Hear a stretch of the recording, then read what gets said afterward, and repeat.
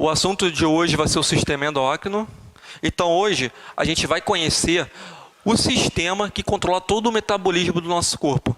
Hoje a gente está conhecendo o sistema que está relacionado com o sistema nervoso, e relacionado com o sistema nervoso eles controlam todo o metabolismo do nosso corpo. Esse sistema é representado pelas glândulas, e essas glândulas endócrinas, elas secretam hormônios na corrente sanguínea. Ok? Então é o sistema que está secretando hormônios na corrente sanguínea. Uma diferença do sistema nervoso com o sistema endócrino é o seguinte: o sistema endócrino, as glândulas estão produzindo hormônios na corrente sanguínea. Então essa resposta é uma resposta mais longa, duradoura, às vezes um dia, às vezes até meses. Já o sistema nervoso, ele trabalha com neurônios, e os neurônios respondem milésimos de segundos, certo? Então, com o sistema nervoso, você vai ter uma resposta também muito rápida. Então a primeira diferença, uma diferença enorme já entre o sistema nervoso e endócrino, até o sistema nervoso e endócrino trabalhando juntos no controle do metabolismo, é que o endócrino você tem uma longa duração. E o nervoso você tem uma duração rápida. Então, se você secretou aquele hormônio na corrente sanguínea, aquele hormônio, ele pode ficar ali prolongado, o efeito dele. O efeito daquele hormônio pode durar dias, meses. Já no sistema nervoso, o efeito vai ser rápido. Ok? Então essa já é uma grande diferença do sistema endócrino com o sistema nervoso. Até os dois trabalhando em conjunto para poder controlar todo o metabolismo do nosso corpo. Então, é o sistema junto com o sistema nervoso que controla todas as funções do nosso corpo. É formado por glândulas endócrinas que vão secretar hormônios na corrente sanguínea, e esses hormônios vão ser distribuídos pelo corpo. Eles vão exercer um efeito. Esse efeito vai ser onde? Na sua célula-alvo. Todo hormônio vai ter uma célula-alvo. Quando a gente trabalha com o sistema endócrino, a gente trabalha com as glândulas. Então você tem tipos de glândulas. Quais são essas glândulas? Você tem as glândulas endócrinas e as glândulas exócrinas. As glândulas endócrinas são as glândulas que secretam hormônios na corrente sanguínea. Já as glândulas exócrinas são glândulas que excretam hormônios. Elas excretam hormônios por ductos que saem da corrente sanguínea para fora do nosso corpo. Então, um bom exemplo de glândulas endócrinas são as sudoríparas, que são as glândulas de suor, as glândulas sebáceas, que são as glândulas que produzem o sebo. A gente produz sebo, certo? Que é aquela substância oleosa na pele. Glândulas lacrimais. Hoje a gente vai começar trabalhando com um eixo muito importante do nosso corpo, que é o famoso eixo hipotálamo-hipofisário. Esse eixo tem uma grande importância no nosso corpo.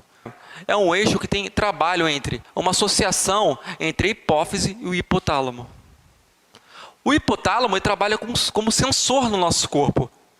Toda mudança, toda alteração que tem no nosso organismo, ele vai mandar uma mensagem para a hipófise e vai avisar a hipófise para poder produzir hormônios. Esses hormônios vão tender a equilibrar essas mudanças, essas alterações que teve no nosso organismo. Então essa é a grande importância do eixo hipotálamo-hipofisário. Então, vamos trabalhar com a hipófise. A hipófise pode ser dividida em duas partes. Você tem a parte anterior da hipófise e a parte posterior da hipófise. A parte anterior também é conhecida como adenihipófise. E a parte posterior é conhecida como neurohipófise. A parte anterior da hipófise, a adenihipófise, é a parte que a hipófise produz seus hormônios. Beleza? É a parte que ela produz seus hormônios. A parte posterior, a neurohipófise, é a parte que ela armazena os hormônios produzidos pelo hipotálamo. Aqui você tem o hipotálamo, tá vendo?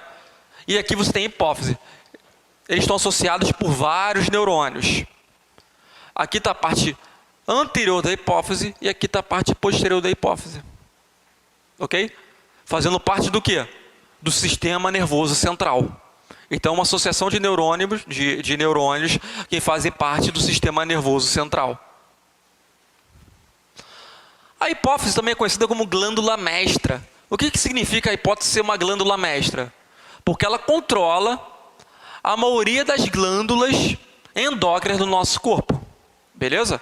Ela vai fazer o quê? Ela vai secretar hormônios, esses hormônios vão estimular outras glândulas e vão fazer aquelas glândulas atuarem, fazer aquelas glândulas terem uma função, que vai ser de secretar outros hormônios. Esses hormônios dessas outras glândulas vão lá ter uma atuação nas suas células-alvo. A gente vai falar agora sobre as glândulas endócrinas do nosso corpo. Claro que a gente começa sempre com a hipófise. Então, a hipófise vai ser sua parte anterior e sua parte posterior. Quais são os hormônios que são produzidos pela parte anterior da hipófise? Então, a primeira vai ser o GH, o hormônio de crescimento. Então, vamos lá. Os hormônios que são produzidos na parte anterior da hipófise são o GH, o TSH, o FSH, o LH, ACTH e PRL, que é a famosa prolactina. E agora vamos falar dos hormônios que são produzidos na parte posterior. Ou melhor, os hormônios que estão armazenados na parte posterior da hipófise. Então você tem o ADH e a famosa ocitocina. Esses hormônios são produzidos pelo hipotálamo e são armazenados na hipófise. Então, o primeiro que a gente vai trabalhar vai ser o GH. O GH é o hormônio de crescimento. Quando se fala que você cresce à noite, né, é uma pura verdade, porque o pico desse hormônio está à noite. Esse hormônio de crescimento, o GH, nas crianças, ele serve como crescimento tecidual. Ele é um hormônio que proporciona o crescimento tecidual, o crescimento dos órgãos internos, o crescimento dos ossos. Já no adulto, você pode observar isso, por exemplo, na degradação do músculo. O nosso músculo sempre está sendo degradado. Então, o GH trabalha para poder repor, né, esse crescimento muscular. Tem uma degradação muscular. E para você repor isso, você vai gerar uma síntese proteica. Já que o músculo é formado de proteína, você tem que ter síntese de proteína para poder repor isso, essa degradação muscular. O outro hormônio que a gente vai trabalhar é o TSH, estimulante da tireoide. Esse hormônio é produzido na hipófise e vai estimular um funcionamento da tireoide. Ok? Ele que vai fazer a tireoide funcionar. Vamos falar do FSH e do LH. O FSH é o hormônio folículo estimulador. E o LH é o hormônio luteinizante. São os hormônios que vão estimular o funcionamento das gônadas, tanto masculinas quanto femininas. A gente vai ter o ACTH, hormônio adrenocórtico-trófico. Beleza? Esse hormônio vai ser importantíssimo para estimular as suprarrenais. Mas ainda a parte do córtex da suprarrenal. A suprarrenal tem a parte da medula e a parte do córtex. Esse hormônio vai estimular a parte do córtex. E o PRL é a famosa prolactina. É o hormônio que estimula as glândulas mamárias na produção do leite. Vou falar a parte posterior. Você vai ter o ADH e a ocitocina. O ADH é o hormônio antidiurético. Ele funciona nos néfrons, certo? Ele tem sua atuação nos néfrons, no túbulo coletor. O que o ADH faz? Ele vai ter a função de fazer a retenção da água, certo? No nosso corpo. E o próximo hormônio que a gente vai falar agora é a ocitocina. A ocitocina gera contrações da musculatura lisa. A mulher, quando vai ficar menstruada e tem aquelas cólicas, a culpa disso é o hormônio da ocitocina. Beleza? No parto, para poder fazer a expulsão do feto, para poder o bebê nascer, a ocitocina também ajuda nisso.